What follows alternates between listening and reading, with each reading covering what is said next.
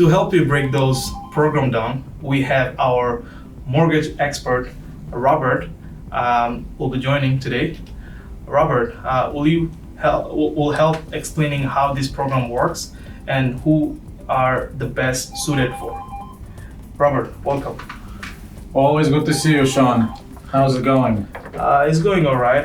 We all trying to help our clients and find their dream homes or refinancing. So we're there. You've been keeping busy, Yeah. and I salute you. I know it's, this business is very involved. So, keeping in touch with your clients, breaking things down, okay, just being patient, goes a long way. Yeah, absolutely. Thank you. So Robert, let me start with these questions. Given everything that's happening globally, including rising inflations, ongoing geopolitical conflicts, and where do you see the mortgage market is heading in the coming months? Wow. So I guess you can break it down into several scenarios, like several, what ifs. One way, I think, if the war ends fast, which we all hope it will, nobody wants to see wars, people dying, cities burning, no matter what it is. If that's the scenario, it really shouldn't have a big effect on what was going on in America before and what's going to be happening. We'll just have a regular market, similar to what we had maybe, a month or two ago. Now, when I say short, I mean, maybe another week or two, okay? If it extends, let's say beyond April, if it extends, into the middle of the year and longer, then we have a problem. Now, it doesn't mean people will stop buying homes. No, it will always happen. And, in some interesting and unfortunate way for the people that are part of the conflict, it may actually boost buying. And hear me out why. Generally, real estate is a hedge against inflation. And you mentioned inflation earlier. If inflation starts hitting, people will start parking money in real estate. And America is still a very safe haven for real estate.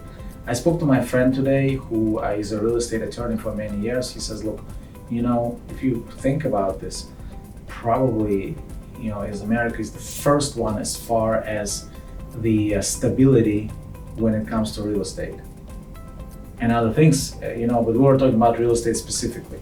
So in some very interesting way, we may actually see the activity where people will rush to park their money in real estate, even though the rates might be higher. Now, one of the experts actually suggested for people to, if they have equity in homes, get the money now while the rates are relatively lower. Let's just say they get it at 6%, and then in 2 years inflation, the rates are at 8, but he already has the money at 6, and then he can invest it. That was like his idea. So it was an interesting perspective. So to summarize this portion of your question is, so if the war short term, we shouldn't have a big change. Long term depends on the inflation, okay, and inflation may lead to higher rates and low activity, or if people feel that when inflation is out of hand, they will park their money in real estate.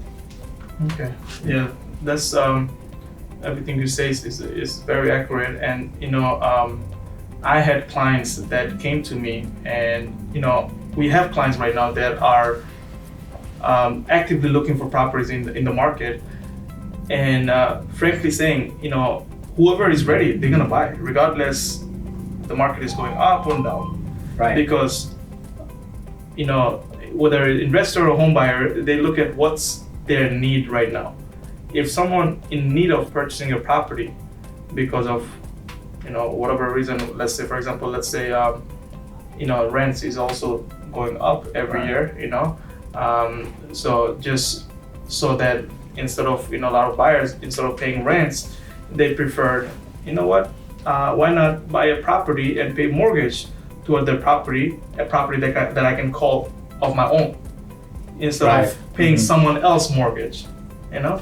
So yeah, you're absolutely correct. You know, the buyer that are in the market, whoever want to buy, they're buying regardless of the difference in the rates, because they tend to think that if I buy a property now, let's say market rate is a little bit higher right now, but they can always refinance a Right, year or right. 2 years later, and hopefully situation get better in a years, 2 years later, and if it does, then they can always refinance. Right. It can get worse. You're right. Yeah. So what Sean is saying is, is very true. The viewers, this is for you. It's very easy when you buy your home for specifically for living in it. It's your primary residence. You already know what your, yes, of course, taxes may go up. Insurance may change, but your mortgage stays the same.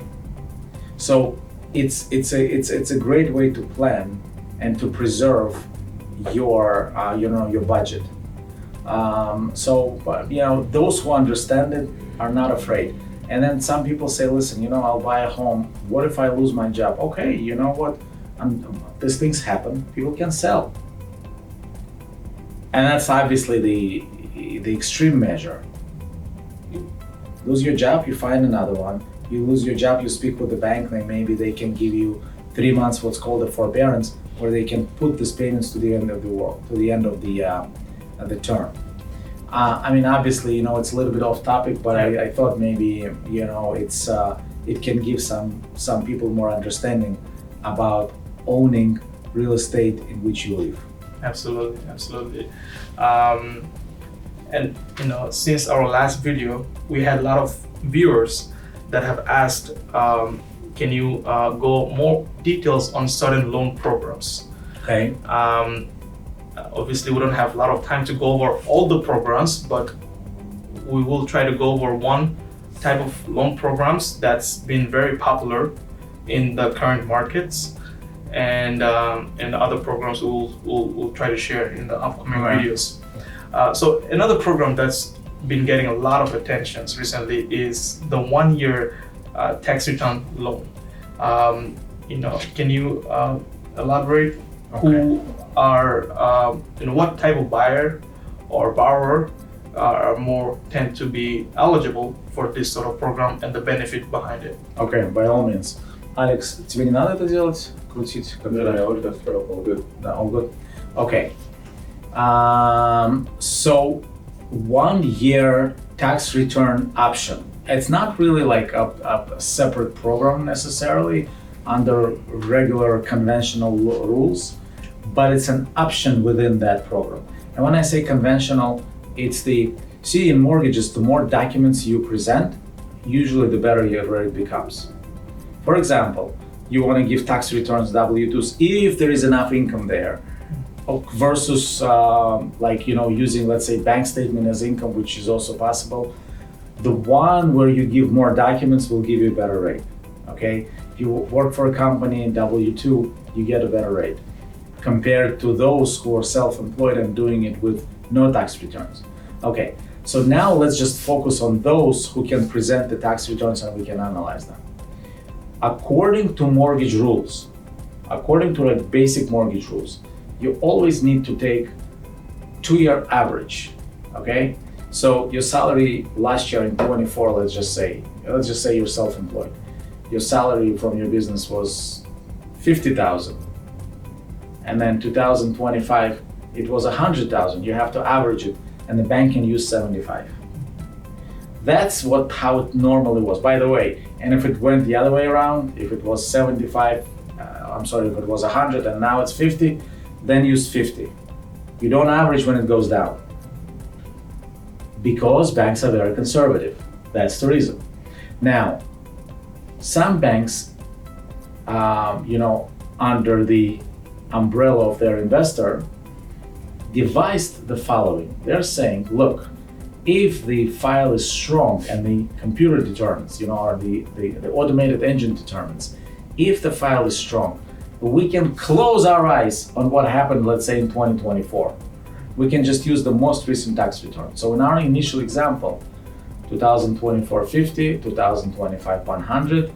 We should really take the average, but we can take 25 only 100,000, so you can qualify better. Now, we can never tell with 100% certainty that it's going to work. We sometimes know when it's not going to work. A very low down payment, 5%, very bad credit score, it's not going to work. Sometimes multifamily home purchases may not work. Sometimes it does. But we don't have to guess. If one of you who want to apply and then your income really went from small to large and you just want the bank to use the most recent one, call Sean, and then we can together we can calculate, put it through the computer, and the computer will tell us, yes, 1 year is possible. Absolutely. Of course, I had a lot of my clients who are self-employed business owners, especially in New York City. We have a lot of taxi and Uber drivers. We actually help them, tons of them, with this kind of program. But of course, it's a case-by-case situations. So everybody's financial credits, down payments is different.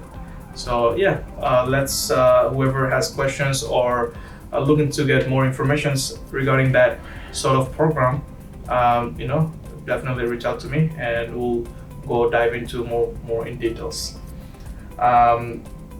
Robert, I think this concludes our video today. I appreciate you joining with us with your expertise and knowledge with all this mortgage related things. Always a pleasure. And if you want to do more and break down some other programs in the future, let's do it. Absolutely. We will be back with another videos with a few other programs that are very popular in the current market.